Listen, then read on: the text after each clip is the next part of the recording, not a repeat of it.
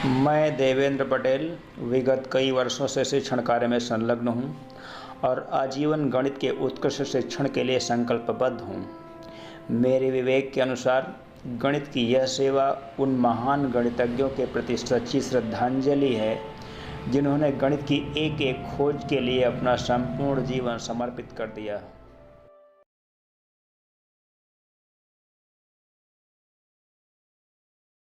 विद्यार्थियों, आज हम क्लास 11th मैथमेटिक्स के अंतर्गत तीसरा चैप्टर और तीसरे चैप्टर की एक्सरसाइज 3n की शुरुआत कर रहे हैं। और 3n में इसके पहले कुछ क्वेश्चंस मैंने बता भी रखे हैं। चैप्टर है त्रिकोणमितीय समीकरणों का। त्रिकोणमितीय समीकरण ऐसे समीकरण जहां से हम थीटा के व्यापक मान की शुरुआत करते हैं।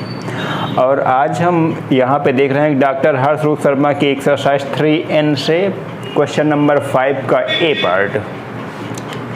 दिया गया त्रिकोणमितीय समीकरण इस प्रकार से है कि tan theta equals to cot theta. तो यहाँ से थीटा का व्यापक मान ज्ञात करना है।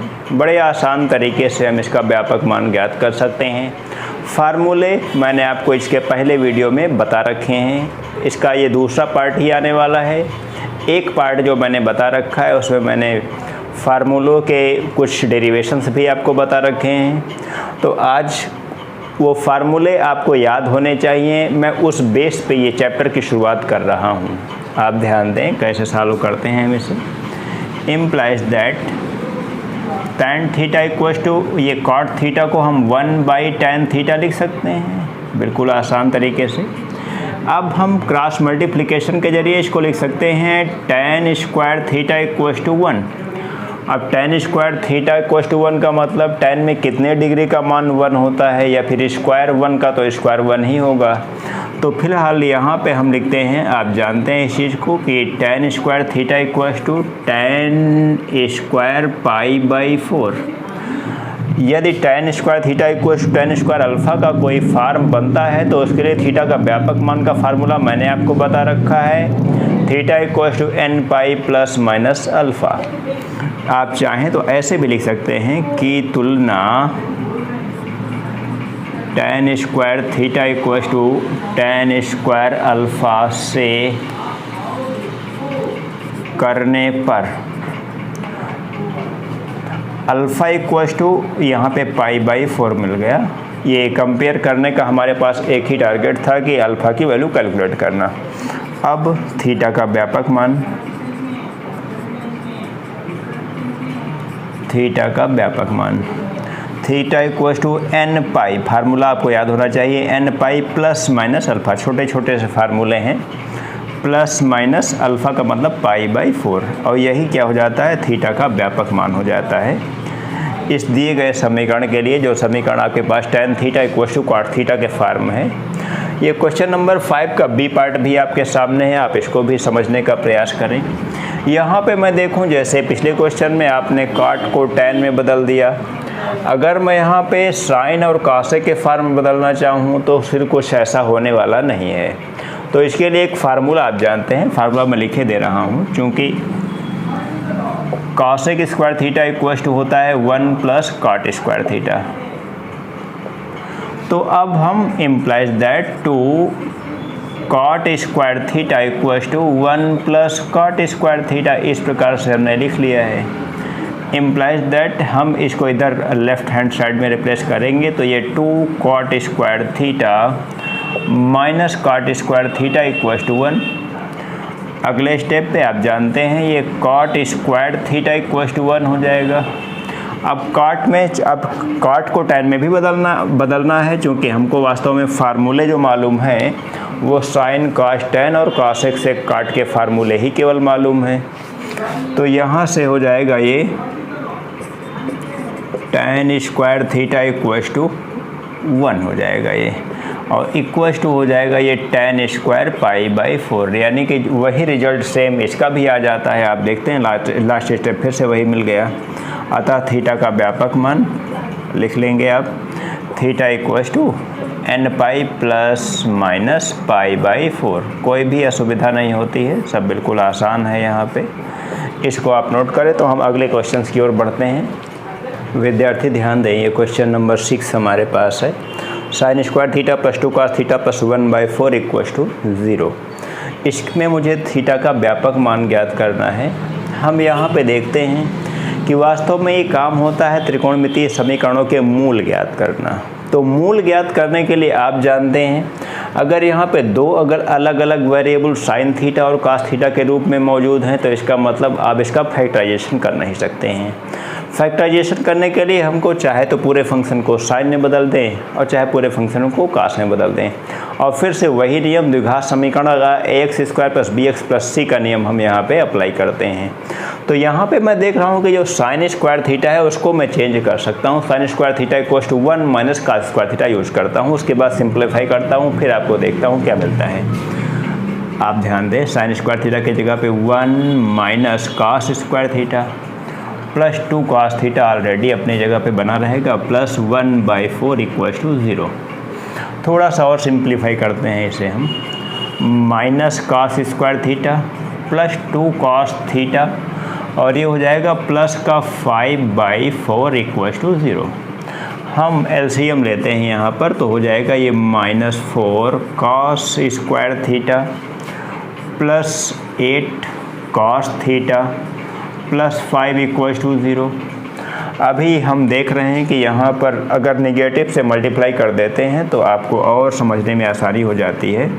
ये हो जाएगा 4 cos square theta -8 cos theta -5 equals to 0। अब हम इसके फैक्टराइजेशन करना चाहते हैं। फैक्टराइजेशन आप समझ सकते हैं, ये 4 और 5 का मल्टीप्लिकेशन 20 हो रहा है और आप जानते हैं कि 10 दूनी 20 यानी कि 10 × 2 जो आएगा वो -8 आप इसमें एडजस्ट कर सकते हैं। आइए बढ़ता हूँ, ये हो जाएगा 4 cos square theta -10 cos theta plus 2 cos theta -5 equals to 0। फटाफट कॉमन लेने के बाद चालू करते हैं। आप ध्यान दें, यहाँ पे 2 कॉस थीटा कॉमन लेता हूँ और ये हो जाएगा 2 कॉस थीटा -5, यहाँ पे प्लस का 1 कॉमन ले लेंगे तो ये हो जाएगा 2 कॉस थीटा -5 इक्वल्स टू 0। अब प्रक्रिया को और आगे बढ़ाते हैं फैक्टराइजेशन की। ये हो जाएगा 2 कॉस थीटा प्लस 1 एक ब्रैकेट पे, दूसरे ब्रैकेट में हो जाएगा 2 कॉस थीटा -5 इक्वल्स टू 0। अगर हम इस पार्ट को 0 के बराबर सब्स्टिट्यूट करेंगे तो आप देखते हैं कॉस थीटा की वैल्यू -1/2 आ जाएगी। लिख देता हूँ पूरा विस्तार से। यदि 2 cos theta plus 1 equals to 0 implies that cos theta equals to -1/2। अब cos में -1/2 हम जानते हैं cos 120 डिग्री की वैल्यू होती है -1/2 और आप कैलकुलेट भी कर सकते हैं cos 90 + 30 -sin 30 यानी कि यहाँ पे लिख लूँगा मैं cos। अब 120 डिग्री को रेडियन में कैसे बदलते हैं, ये भी एक समस्या आपको समझने लायक है। आप ध्यान दें, यहीं पे बताता हूँ आपको। 120 डिग्री यानी कि 120 × π/180 से इसको अगर आप गुणा कर देंगे तो ये सीधे सीधे रेडियन में बदल जाता है। आप इसको रेडियन में बदलना चाहते हैं, इस प्रकार से हो जाएगा, ये 2π/3 हो जाएगा। बिल्कुल आसान है। किसी भी एंगल को अगर आपको रेडियन में बदलना है तो उसे π/180 से गुणा कर दें, रिजल्ट आपके सामने हो जाता है। तो ये हो जाएगा cos 2π/3, बिल्कुल आसान तरीके से। तो इसका मतलब अगर हम cos theta equals to cos alpha से यहाँ पर कंपेयर करेंगे तो यहाँ पर अल्फ़ा की वैल्यू 2π/3 मिलेगी। लिखता हूँ, अतः थीटा का व्यापक मान, थीटा का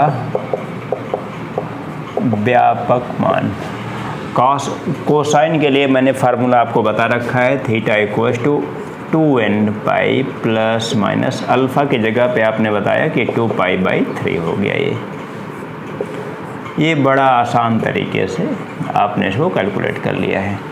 अभी दूसरा पार्ट इसका बचा हुआ, जो फैक्टराइजेशन पे हमने 2 पार्ट में प्राप्त किए थे, वो भी एक पार्ट यहाँ पे बचा हुआ है। लिखूँगा, यदि 2 cos theta minus 5 equal to 0 implies that cos theta equal to ये हो जाएगा 5/2। और यहाँ पे आप देख रहे हैं कि cos थीटा की जो वैल्यू है वो 5/2 यानी कि 2.5 हो रही है लगभग। 2.5 कोसाइन का रिजल्ट कोई एक्सेप्टेबल नहीं होता है।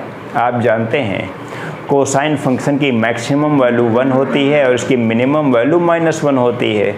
तो इसका मतलब ये जो cos थीटा इक्वल टू 5/2 आपने प्राप्त किया है ये अमान्य है। इसको यही लिख देंगे या फिर लिख देंगे नॉट एक्सेप्टेबल या फिर हिंदी में लिख देंगे अमान्य है। तो इसको हमको सॉल्व भी नहीं करना पड़ा, केवल थीटा का व्यापक मान इससे यही निकल आया, theta equal to 2n pi plus minus 2π/3। इसको स्टूडेंट्स नोट कर लें।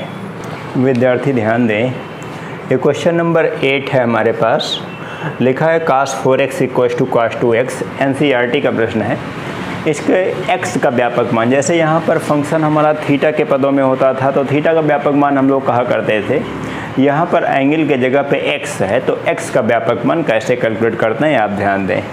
इस क्वेश्चन के 2 तरीके हो सकते हैं। मैं आपको आसान वाला तरीका बताना चाहता हूँ, कठिन वाला तरीका आपको छोड़ रहा हूँ कि आप भी ट्राई कर सकते हैं। जो cos 4x है इसको cos 2 × 2x लिखा जा सकता है और cos 2x का फार्मूला फिर 2 cos स्क्वायर x माइनस 1 लगा के आप उसको सॉल्व कर सकते हैं। उसके बाद देखेंगे कि एंगल में पूरा 2x आ जाएगा, फिर सिंप्लीफाई हो जाएगा।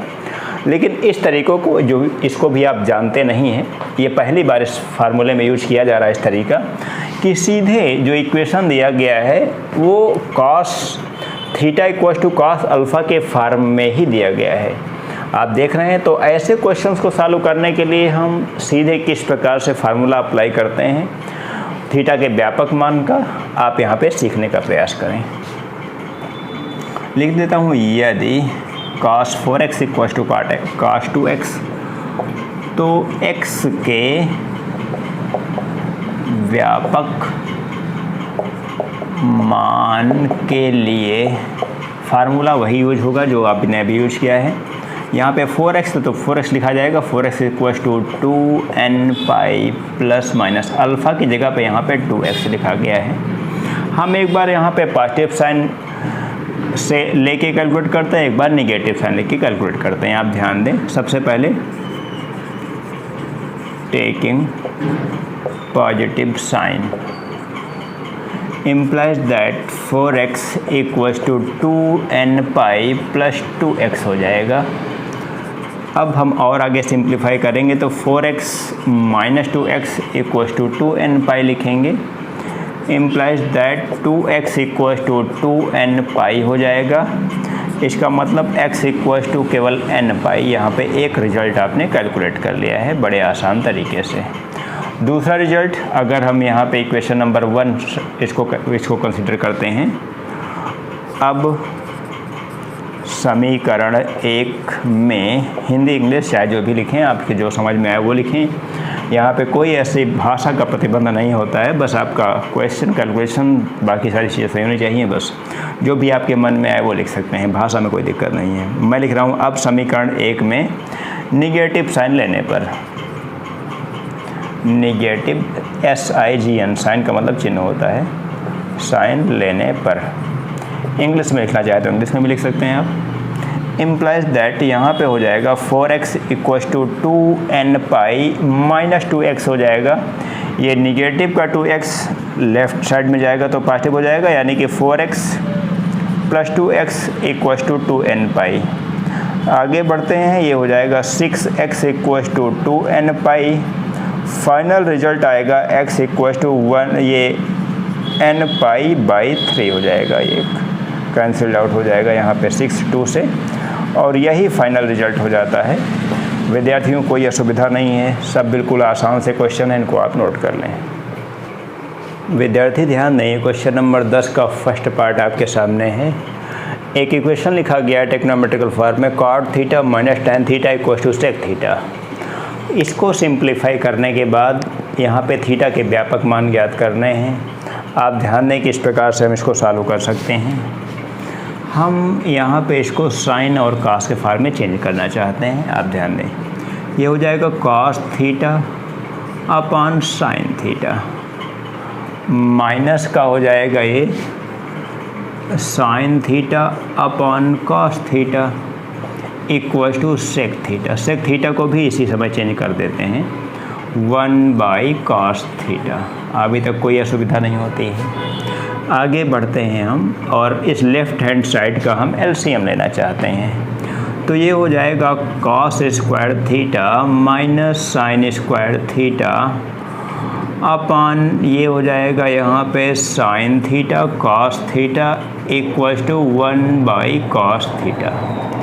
अभी तक कोई असुविधा नहीं हुई। आगे बढ़ता हूँ। यहाँ पे cos square theta minus sine square theta को लिख सकता हूँ cos 2 थीटा इक्वल टू ये क्रॉस मल्टीप्लिकेशन के जरिए यहाँ पे sine theta cos theta upon cos theta. इस प्रकार से अब डिनोमिनेटर न्यूमरेटर से कैंसिल्ड आउट कर देते हैं और यहाँ पे निकल के आ रहा है cos 2 theta equal to sine theta. Simplification के बाद ये क्वांटिटी आपको मिलती है। अब यहाँ पे सोचना है कि हम यहाँ पे भी अलग अलग तरीके लगा सकते हैं और ध्यान देने वाली बात है, एक बात यहाँ पे फिर से आपको परिचित कराना चाहता हूँ इस बात से कि अगर ट्रिग्नोमेट्रिकल फंक्शंस को आप अलग अलग तरीक़ों से सॉल्व करेंगे तो रिज़ल्ट अलग अलग आने की पूरी संभावना होती है, लेकिन वो सभी रिज़ल्ट सही माने जाएंगे। क्योंकि अगर कोई रिज़ल्ट सही नहीं होगा तो आपके पास एक और मैं विशेष टेक्निक यहाँ पे बताना चाहता हूँ कि कोई भी रिजल्ट जो यहाँ से कैलकुलेट होके आता है, इसको आप मूल इक्वेशन में जो आपका गिवन इक्वेशन है अगर आप उसमें सब्स्टिट्यूट करें तो वो सब्स्टिट्यूशन वहाँ पे दोनों पक्षों को इक्वल देना चाहिए, यानी कि सेटिस्फाई करना चाहिए, संतुष्ट करना चाहिए। अगर संतुष्ट हो रहा है तो इसका मतलब आप ये कहेंगे कि ये सारे के सारे जो रिजल्ट्स अलग अलग तरीक़ों से आ रहे हैं ये सारे के सारे रिजल्ट्स सही हैं। फ़िलहाल यहाँ पे इस क्वेश्चन की ओर आगे बढ़ते हैं। ये cos 2 theta equal to sine theta लिखा गया है। अब हम यहाँ पे साइन को cos के फार्म में बदलना चाहते हैं या फिर cos को साइन के फार्म बदल लें। तरीके दोनों सही हैं, रिजल्ट दोनों से अलग अलग आने वाले हैं। जो आपकी इच्छा हो वो आप कर सकते हैं। आइए फ़िलहाल मैं यहाँ पे साइन थीटा को cos थीटा में बदलना चाहता हूँ। ये हो जाएगा cos 2 थीटा इक्वल टू ये हो जाएगा cos π/2 माइनस थीटा। अब ये इक्वेशन यहाँ पे कंपेयर करने के योग्य हो गया है। cos theta equal to cos alpha के फार्म में बन चुका है। तो यहाँ पे अल्फ़ा की वैल्यू यहाँ alpha equal to π/2 minus theta. अतः थीटा का व्यापक मान अब थीटा के व्यापक मान का formula cos theta equal to cos alpha के लिए आप जानते हैं, theta equal to 2nπ plus minus alpha. Simplify करते हैं, इम्प्लाइज दैट थीटा की जगह पे 2 थीटा है तो 2 थीटा यहाँ पे बना रहेगा। 2nπ प्लस माइनस अल्फ़ा के जगह पे π/2 माइनस थीटा हो जाएगा। हम एक बार यहाँ पे पॉजिटिव साइन और एक बार निगेटिव साइन लेके सॉल्व करेंगे। ये काम विद्यार्थी स्वयं कर सकते हैं। मैं इसको यहीं पे छोड़ता हूँ, यही आपका रिजल्ट बना देता हूँ। एक बार पॉजिटिव और नेगेटिव लेके अगर आप नहीं सॉल्व करेंगे तब भी सही है, लेकिन सॉल्व कर लेंगे तो आपका रिजल्ट एकदम अंतिम सलूशन की ओर पहुँच जाएगा। इसको आप नोट करें। विद्यार्थी ध्यान दें, ये क्वेश्चन नंबर 10 का सेकेंड पार्ट आपके सामने है। एक इक्वेशन दिया गया है 2 sin square theta plus sin square 2 theta equal to 2। इसको सॉल्व करने के बाद हमको थीटा का व्यापक मान कैलकुलेट करना है। आप ध्यान दें, यहाँ पे मैं देख रहा हूँ कि जो स्क्वायरिंग फंक्शन है वो तो साइन का फंक्शन है, वो तो सही है, उसमें हमको प्रॉब्लम नहीं है। हमको प्रॉब्लम यहाँ पे एंगल के पार्ट में है। एक जगह पे एंगल थीटा है, दूसरी जगह पे एंगल 2 थीटा है। तो हमारा टारगेट यहाँ पे ये है कि हम पूरे के पूरे एंगल को तभी सॉल्व कर सकते हैं इस इक्वेशन को जब पूरा का पूरा एंगल यानी कि हर पार्ट का एंगल थीटा हो या तो 2 थीटा हो। तो आइए हम देखते हैं कैसे सॉल्व कर सकते हैं इसको। आप ध्यान दें, implies that 2 sin square theta plus sin 2 theta का formula 2 sin theta cos theta आप पिछली क्लासेस से भी जानते हैं। अगर इसको स्क्वायर करते हैं तो ये हो जाएगा 4 sin square theta cos square theta equal to 2। इस प्रकार से हो गया। बोथ साइड से यहाँ पे 2 कैंसिल्ड आउट हो जाता है, कांस्टेंट क्वांटिटी है। अगर कांस्टेंट क्वांटिटी के अलावा वेरिएबल क्वांटिटी है, यानी कि कॉस थीटा का कोई व्यंजक है, साइन थीटा का कोई व्यंजक है, तो ऐसे में हम वहाँ पे वेरिएबल क्वांटिटी को कभी भी कैंसिल्ड आउट नहीं कर सकते हैं। ऐसे क्वेश्चंस मिलेंगे, वहाँ पे विस्तार से डिस्कशन करता हूँ मैं उसका। ये हो जाएगा sine square theta plus 2 sine square theta cos square theta equals to ये हो जाएगा 1। मैं आगे बढ़ता हूँ, आप ध्यान दें। ये 2 sine square theta cos square theta equals to 1 minus sine square theta, ऐसे लिख सकते हैं। और आप जानते हैं 2 sine square theta cos square theta equals to ये हो जाएगा 1 माइनस साइन स्क्वायर थीटा का मतलब कॉस स्क्वायर थीटा, ऐसे लिख दिया मैंने। अगर मैं इसको लेफ़्ट साइड में लेता हूँ तो ये निगेटिव हो जाता है, तो एक स्टेप यहीं से आपको समझाना चाहता हूँ। अब यहाँ पे बड़ा आसान हो गया है, आप देख रहे हैं कि कॉस स्क्वायर थीटा यहाँ से कॉमन हो जाएगा और बचेगा यहाँ पे 2 sine square theta minus 1 equals to 0। 2 part मिले हैं, दोनों पार्ट स्क्वायरिंग है, दोनों पार्ट्स को अलग अलग हम बारी बारी से यहाँ पे 0 के बराबर इक्वल करते हैं। उसके बाद थीटा का व्यापक मान कैलकुलेट करते हैं। यदि cos square theta equals to 0, अब यहाँ पे ध्यान देने वाली बात है कि ये स्क्वायरिंग फंक्शन तो है, लेकिन 0 अगर रिजल्ट है तो 0 का पॉजिटिव और निगेटिव वो अलग अलग वैल्यू तो देता नहीं है, 0 प्लस और माइनस तो होता नहीं, 0 तो 0 होता है। तो इसका मतलब ये हो जाएगा यहाँ पे ये cos theta equals to cos pi by 2 का ही काम करेगा। ये ध्यान देने वाला केस है, स्पेशल केस है यहाँ पे। अतः थीटा का व्यापक मान क्या हो जाएगा, theta equals to 2n pi plus minus pi by 2। इस प्रकार से आपने बड़े आसान तरीके से इसको सॉल्व कर लिया है। आगे बढ़ते हैं, दूसरे पार्ट को लेके 2 sine square theta minus 1 equals to 0 लिखूँगा यहाँ पे। यदि 2 sine square theta minus 1 equals to 0 implies that sine square theta equals to 1/2। अब साइन स्क्वायर थीटा की वैल्यू हमको तलाश करना होता है कि 1/2 किस एंगल के लिए है। तो आप जानते हैं साइन 45 डिग्री की वैल्यू 1/√2 होती है और 1/√2 का स्क्वायर 1/2 हो जाता है। तो इस तरह से यहाँ पे हो जाएगा sine square theta equals to sine square pi by 4। फिर से वही पुराना फार्मूला, अतः थीटा का व्यापक मान जो आपको बता चुका हूँ, theta equals to n pi plus minus pi by 4 हो जाएगा। मैंने पहले ही बताया है आपको कि फार्मूले आप लोग याद रखेंगे, अन्यथा फिर पूरा कैलकुलेशन सॉल्व करने के बाद आपको लास्ट में रिजल्ट कैलकुलेट करने में प्रॉब्लम आ सकती है। तो इसका एक ही तरीका है कि फार्मूले आप ट्रिग्नोमेट्री के याद रखेंगे। इनको आप नोट करें तो बढ़ता हूँ आगे। विद्यार्थी ध्यान दें, क्वेश्चन नंबर 12 आपके सामने है और इस क्वेश्चन को tan theta minus √3 cot theta plus 1 equals to √3, इसको हम कैसे सिंप्लीफाई कर सकते हैं, आप ध्यान दें। यहाँ पे अगर आप तरीके गलत यूज करते हैं, यानी कि गलत स्टेप्स अगर आप उठा लेते हैं कैलकुलेशन की शुरुआत में, तब फिर आपको बड़ी समस्या होने वाली है इसको कैलकुलेशन करने में। और आगे थोड़ी देर जाने के बाद आपका पेन रुक जाएगा और आप समस्यात्मक स्थिति में हो जाएंगे। तो इसके लिए यहाँ पर सही तरीक़ों का यूज करना होता है और थोड़ा सा आराम से इत्मीनान से सोच के तब फिर आगे बढ़ते हैं। जैसे मैंने यहाँ पे मन ही मन कैलकुलेशन कर लिया है कि अगर मैं इसको साइन और कॉस के फॉर्म में बदलता हूँ तो यहाँ पर कुछ विशेष अरेंजमेंट मिलने वाला नहीं है। इसके लिए मैं केवल काट को 1/tan लिखना चाहता हूँ और टेंजेंट के फॉर्म में क्वाड्रेटिक इक्वेशन बनने वाला है। आप ध्यान दें, tan theta minus √3 upon tan theta equals to हम √3 माइनस 1 लिख सकते हैं इसे। अब यहाँ पे टेंजेंट को हम लेफ़्ट हैंड साइड में एलसीएम लेते हैं तो ये हो जाएगा tan square theta minus √3 upon tan theta equals to √3 minus 1। हम इस टेंजेंट को राइट साइड में रिप्लेस करते हैं बाई क्रॉस मल्टीप्लिकेशन, तो ये हो जाएगा tan square theta minus √3 equals to √3 minus 1 tan theta. इस प्रकार से इसको हमने लिख दिया है। अब हम इसको आगे और सॉल्व करते हैं, ध्यान देते रहिए। ये हो जाएगा tan स्क्वायर थीटा। सिंप्लीफिकेशन में थोड़ा सा कंसंट्रेशन बना के रखेंगे आप लोग। इक्वल्स टू प्लस हो जाएगा ये, यहाँ पे अगर हम इसको सीधे इधर लाएंगे निगेटिव हो जाएगा, लेकिन हम निगेटिव को सीधे अंदर मल्टीप्लिकेशन में लेते हैं तो 1 माइनस रूट 3 tan थीटा, और माइनस रूट 3 यहाँ पे पहले से बना हुआ है, इक्वल टू 0 हो जाएगा राइट हैंड साइड में।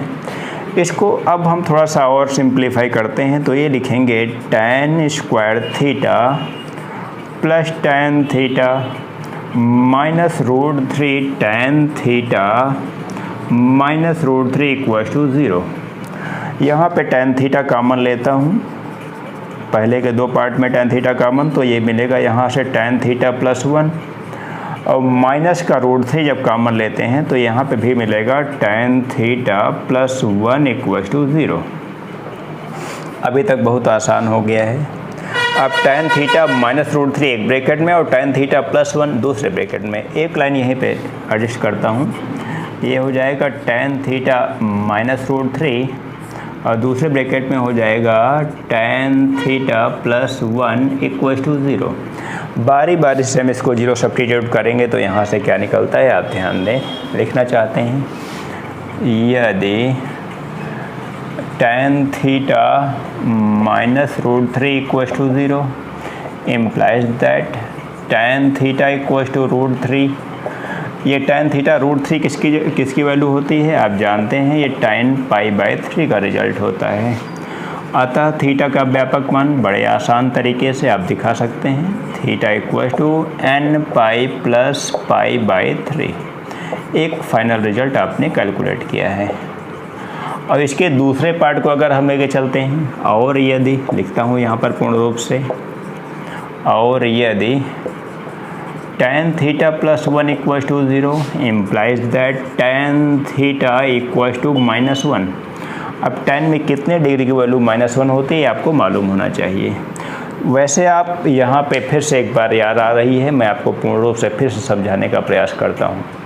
चाहे तो आप tan माइनस π/4 की वैल्यू भी आप जानते हैं -1 होती है, उसको भी आप रख सकते हैं, या फिर आप सेकंड क्वाड्रेंट में आए और टेंजेंट की जो निगेटिव वैल्यू होती है उसको भी आप सब्स्टिट्यूट कर सकते हैं। लेकिन आपका रिजल्ट एक ही दिया होगा, ये तो आप जानते हैं अच्छी तरह से।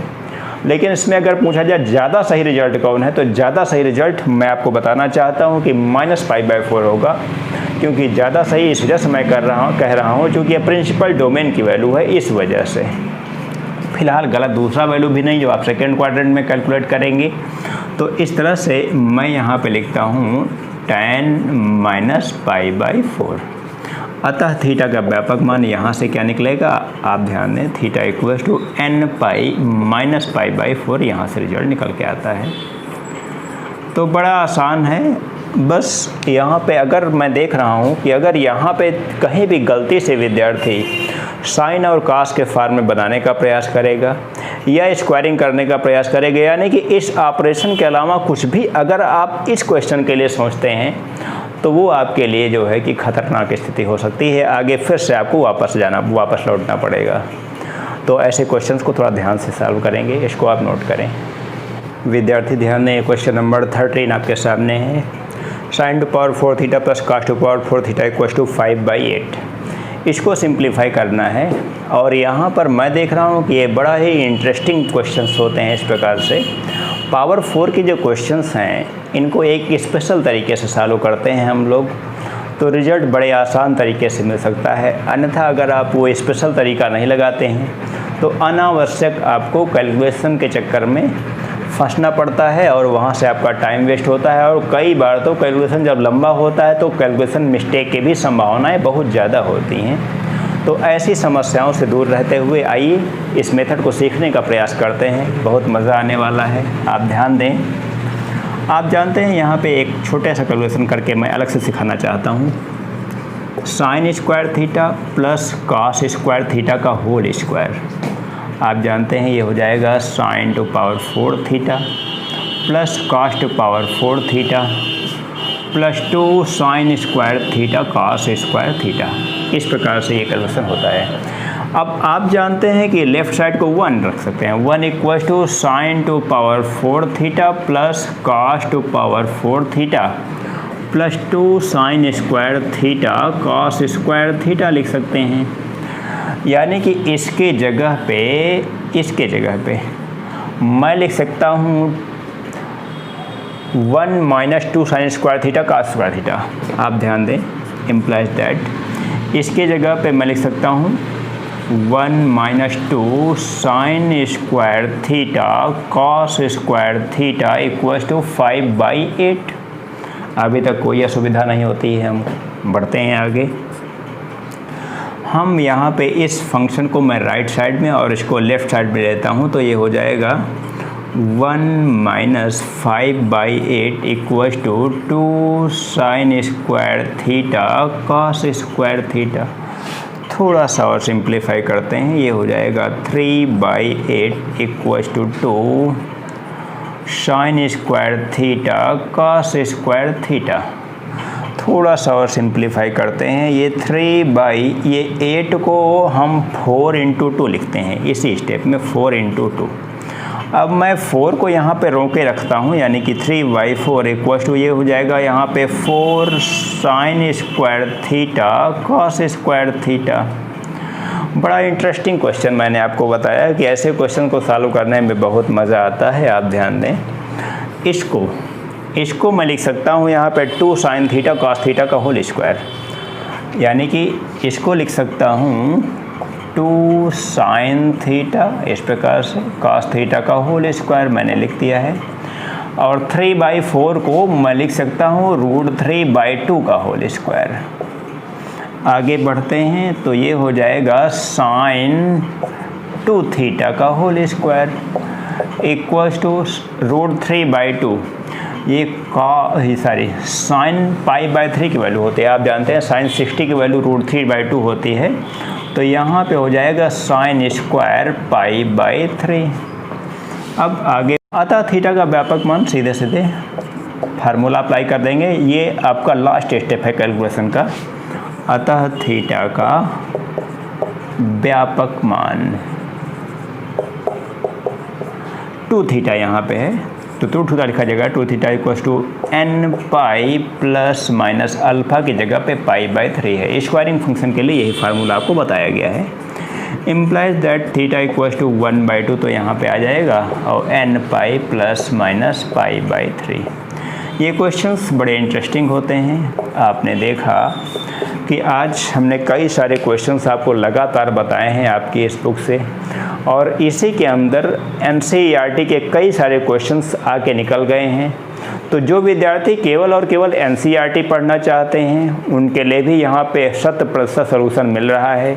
और NCERT का मेरा प्रयास रहता है कि मैं कोई भी क्वेश्चन न छोड़ूँ, क्योंकि थोड़ा सा स्पेशलाइजेशन होता है उन क्वेश्चंस में, तो उनको विद्यार्थियों को अवश्य मैं बोर्ड पे सिखाना चाहता हूँ। उनमें से क्या टेक्निकलिटी होती है, एक एक बात की टेक्निकलिटी को बताना चाहता हूँ।